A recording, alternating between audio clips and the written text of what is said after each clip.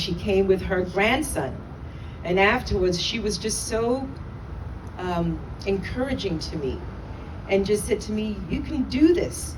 You know, I love the work you're doing. She just spoke these words and was just so kind, so loving. And that really encouraged me to keep going, to climb the mountain that was the judicial system.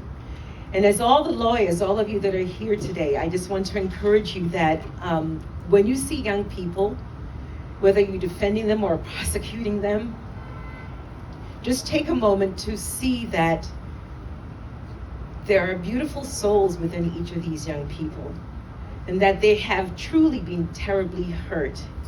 They have been neglected, most of them, and abused. And it is because of that that they behave the way they do. They do that because they need an outlet. They need to be able to protect themselves. And so I encourage you to take a moment to really look and see that these are beautiful beings. You know, Khalil Gibran says the children are not our children. They are life's own longing for itself, and that's true. And when we give them the opportunity to shine, when we give them the space to really be heard, to be themselves, they soar. There's so many of them that work with us at Spirit Awakening Foundation. They now have become teachers that go back into the camps and the halls to teach other young people. They are storytellers, they are writers, they're visual artists.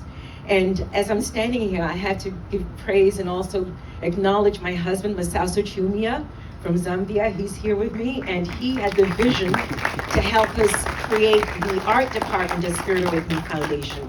And we're able to bring photography, filmmaking, dance, acting, writing, photography to these children that are locked up. And you know, fighting, I've gotten used to it.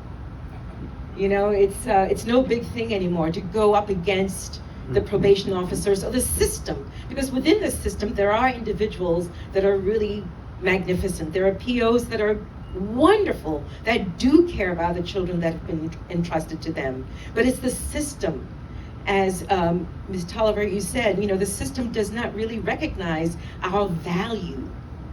And so we have to go in recognizing our own value and worth.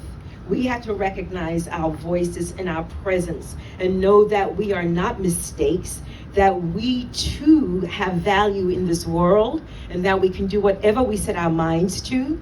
And this is my mission with the young people that we serve, that I've been given the honor and the privilege to serve. And it truly is an honor and a privilege to serve these young people.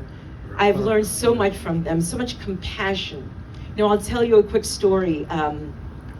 One of the girls that was in my charge at Camp Scott, the only all-girls facility in LA County. This young girl came from a family of addicts, and she was struggling with her own addictions. She'd been terribly abused by her family.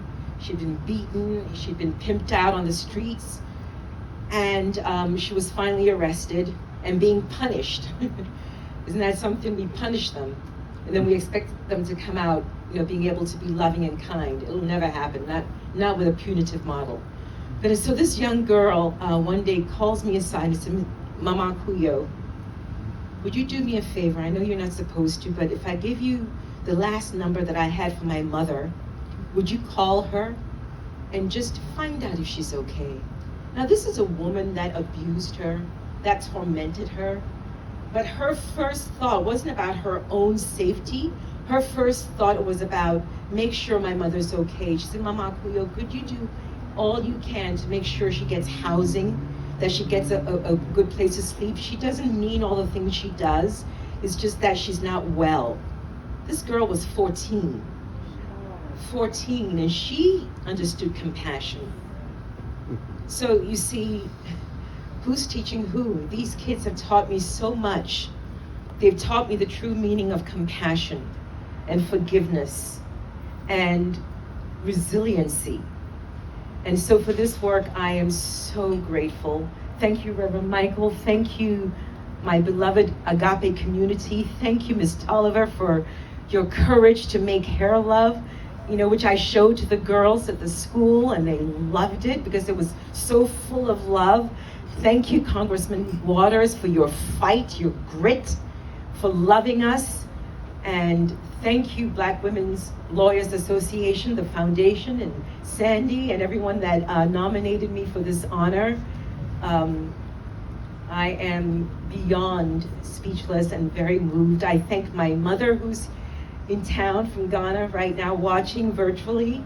And I want to thank my staff, Georgia and Amma and Patty, Michael and BT, and the team of artists that I get to work with. I get to do this.